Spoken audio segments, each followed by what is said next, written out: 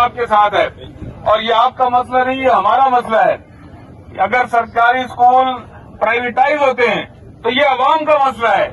یہ ان کو جب والدین کو فیسیں دینے پڑے گی تو انہیں پتہ چلے گا کہ آج جو شخص صرف توفیق اور مالی حیثیت ہونے کی بنیاد پہ پرائیویٹ اسکولوں میں پڑھاتا ہے، کل سب لوگوں کو جبرن یہ کام کرنا پڑے گا۔ اس لیے ہم آپ کے ساتھ ہیں، یہ آپ کا نہیں، یہ ہمارا مسئلہ ہے۔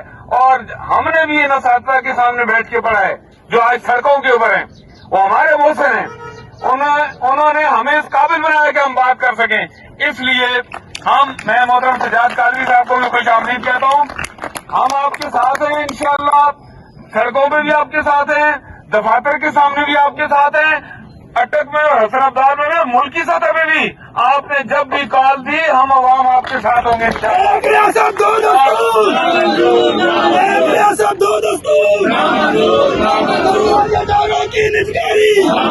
اور جو گرفتاریاں ہوئی تھیں یا ایف آئی آر ہوئی ہیں، ہم مذمت بھی کرتے ہیں، ہم حکومت کو الٹیمیٹم بھی دیتے ہیں کہ ان لوگوں نے جو تاریخ دی اس تک تم اپنی کارروائیاں ختم کرو، ورنہ انشاءاللہ ان کے قدم بقدم، ان کی شانہ بشانہ آپ کے ساتھ انشاءاللہ ہم چلیں گے۔